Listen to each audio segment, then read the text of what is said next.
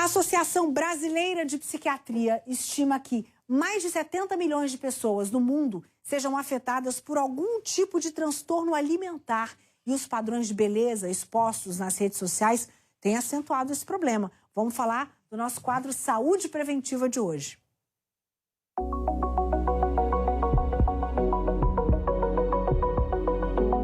É assim que a Maria Fernanda se alimenta. Arroz, batata palha, batata frita, nuggets. Percebeu? Basicamente, a menina ingere carboidratos bem específicos. Com ela, nada de macarrão, pizza, hambúrguer, nem mesmo frutas, legumes, verduras e carnes. Ela simplesmente não suporta esses alimentos. Alguns não é por causa do gosto mesmo, outros é mais por causa da textura. Eu tenho muita aflição de textura, assim, não gosto também. Até os 2 anos eles comiam muito bem. Eu tenho um filho também, de 15 anos, e até os 2 anos eles faziam uma alimentação saudável. A partir dos 2 anos aprenderam a dizer que não gosta da comida, não gosta, e eu levava ao pediatra, ele falava, não, deixa que quando crescer vai aprender a comer.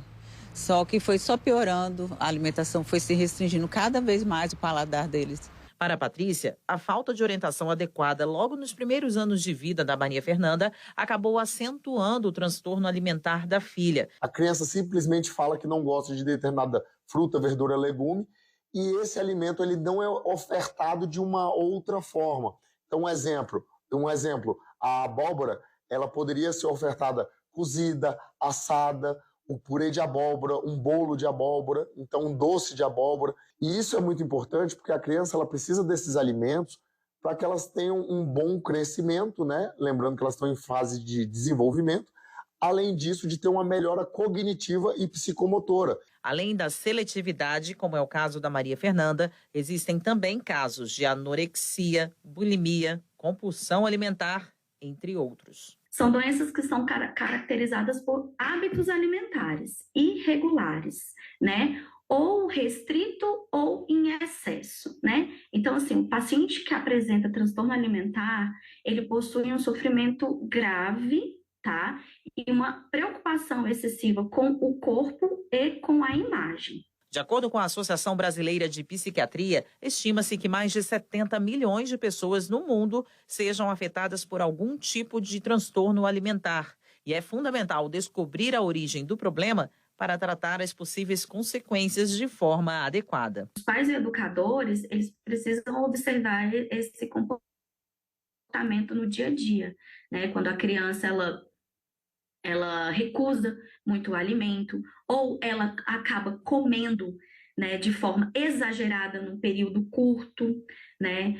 Ou se a criança está apresentando algum sinal de outro tipo de patologia, como ansiedade, depressão. A Patrícia e a Maria Fernanda ainda estão tentando resolver a dificuldade com alguns combinados. Quando for para dormir, para fazer acampamento, viagem, eles não vão, porque eles não comem e acaba gerando uma preocupação com as pessoas que estão responsáveis. O povo até liga. Sim, já me ligaram de um acampamento para buscar ela, porque fica preocupada dela passar mal, desmaiar. O distúrbio alimentar deve ser tratado por uma equipe multidisciplinar e a família precisa funcionar como uma rede de apoio e de acolhimento. É o pediatra, né? O nutricionista, o psicólogo e o psiquiatra, né? Juntos eles fazem um acompanhamento multidisciplinar com esse paciente. E principalmente com a família também, né? A família é uma rede de apoio, né? Que precisa estar acolhendo e direcionando a criança para ela ter um manejo adequado, né? Por isso é tão importante você conhecer seu filho, participar do dia a dia dele, criar vínculos para descobrir quando ele precisa de ajuda e, claro, procurar um profissional. Nós, adultos, fomos ensinados numa época que era tudo muito diferente. A minha mãe, por exemplo, falava assim, vai comer tudo que está no prato, não é para deixar a comida no prato. E eu era obrigada a comer tudo aquilo sem estar com vontade. Isso desenvolveu em mim um desequilíbrio alimentar que eu estou tendo que tratar agora, depois de adulto. Os tempos mudaram, a gente tem outras orientações, as crianças hoje amam verduras, frutas, legumes, então é preciso fazer esse acompanhamento e, se necessário, peça ajuda a um profissional. O importante é que você tenha saúde alimentar na sua casa com a família inteira. Olha, gente...